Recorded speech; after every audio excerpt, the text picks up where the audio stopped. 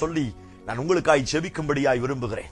நான் ஜெபிக்கும் பொழுது நான் இப்படி விசுவாசிக்கிறேன், தேவ ஆவியானவர் எலியாவுக்கு ஸ்தோத்திரம் தம்முடைய வார்த்தையை கொடுத்தது போல, அப்பத்தை கொடுத்தது போல, நாம் ஜெபிக்கிற இந்த டைம்ல தேவ தூதனை அனுப்பி உங்களை ஸ்ட்ரெங்தன் பண்ண போகிறார்.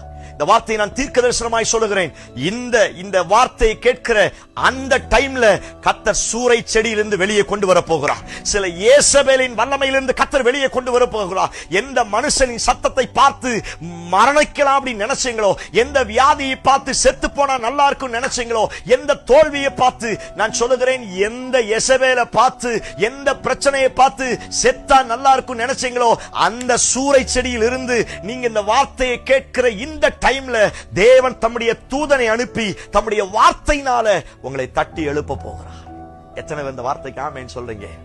ஆண்டவர் இன்னைக்கு கொடுக்கிற தீர்க்கதரிசனமான வார்த்தை, நீங்க போக வேண்டிய பிரயாணம் வெகு தூரம். உங்க பிள்ளைங்க போக வேண்டிய பிரயாணம் வெகு தூரம். நான் சொல்றேன், நீங்க ஃபுல் ஸ்டாப் வைக்கலாம்னு நினைக்கிறீங்க.